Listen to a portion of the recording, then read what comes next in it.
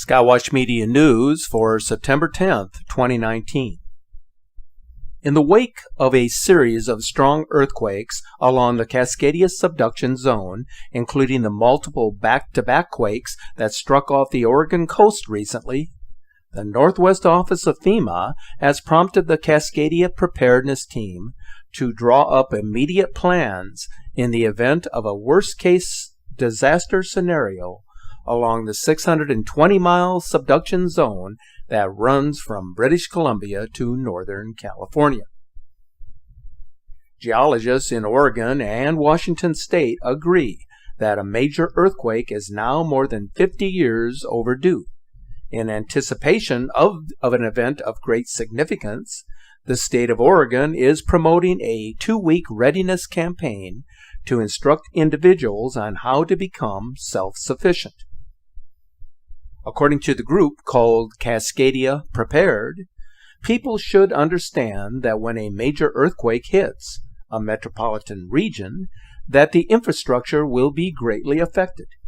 Bridges will be down, there will be no liquid fuel or electricity, and running water may cease to exist. Most importantly, there will be no communication lines to assist in rescue efforts for days or even weeks.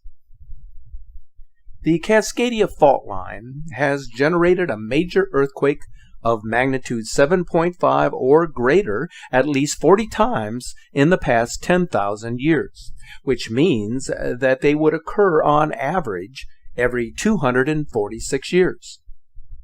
The last earthquake struck just over 300 years ago in the year 1700, causing the Oregon coastline to sink by several feet, as depicted in this photo of the ghost forest along the western shore, where trees were inundated by seawater when the land shifted. It also caused a massive tsunami, as shown in this image of a riverbank at low tide, revealing the tsunami sand and tidal mud several feet above the river bottom. Such an earthquake would have ruptured the earth along the entire length of the 1,000-kilometer or 620-mile-long fault of the Cascadia subduction zone, and severe shaking could have lasted for 5 minutes or longer.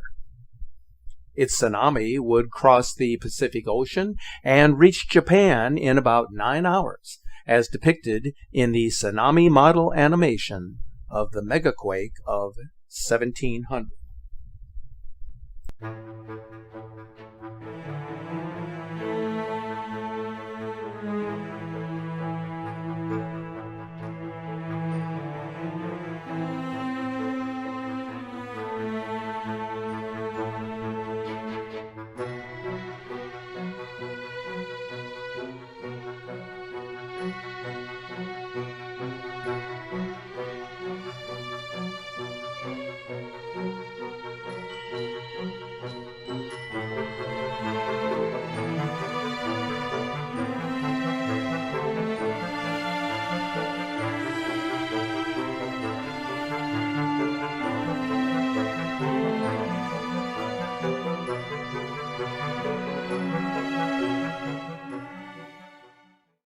Recent quakes along the west coast of Oregon and Washington have government leaders on edge. Oregon's Governor Kate Brown issued a public statement saying that when the next big quake strikes, it will become the greatest challenge of our lifetimes. The big quake in geological terms would refer to a full rupture of the subduction zone, known as a megaquake. In this scenario, the entire subduction zone would give way, followed by a massive quake exceeding 9.2 magnitude that would last for several minutes duration.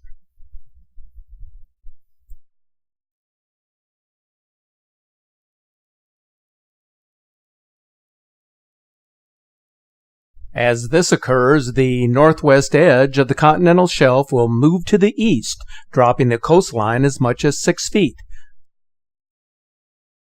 followed by a rebound that will move the continent 30 to 160 feet towards the west.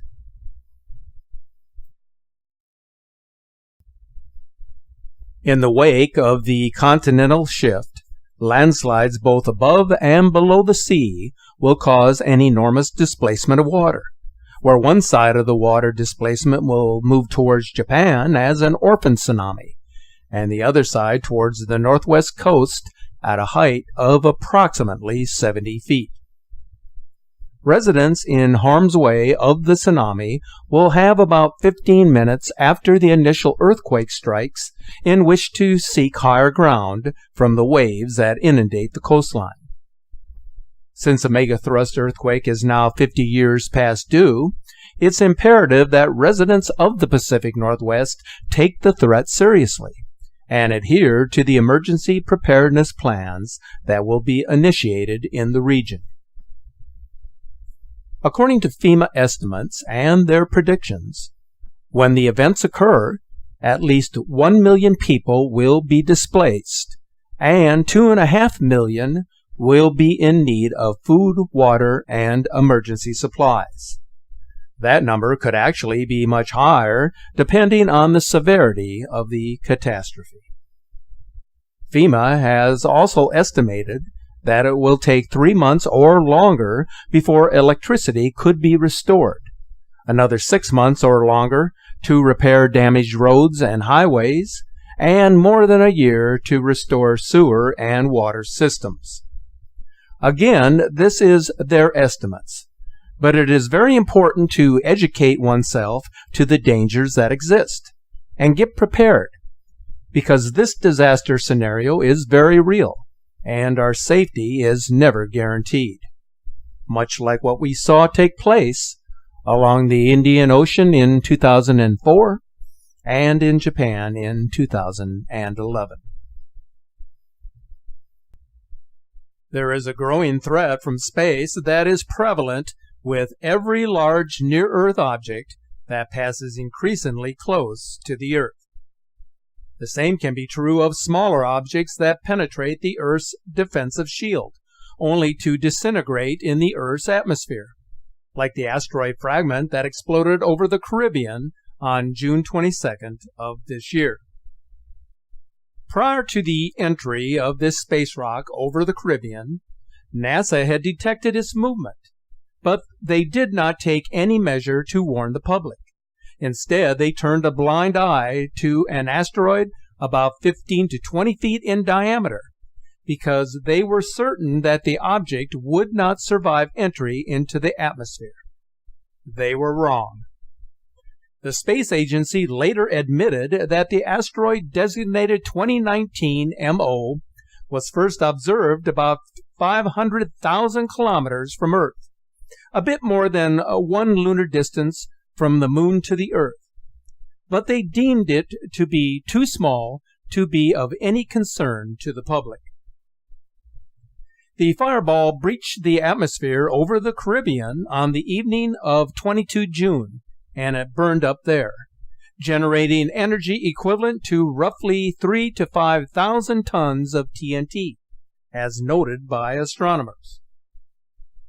According to the Center for Near-Earth Objects, asteroids this size are small enough than what they were tasked to track, believing they are too small to survive the Earth's atmospheric shield. But events like this one show us that even the smallest of objects are still capable of penetrating our atmosphere with sufficient energy to cause an explosive force equivalent to a sonic boom that causes the ground to shake. Just last week, a potentially hazardous asteroid dubbed 2019 GT3 zoomed past our planet at a distance of 4.6 million miles from the Earth's center.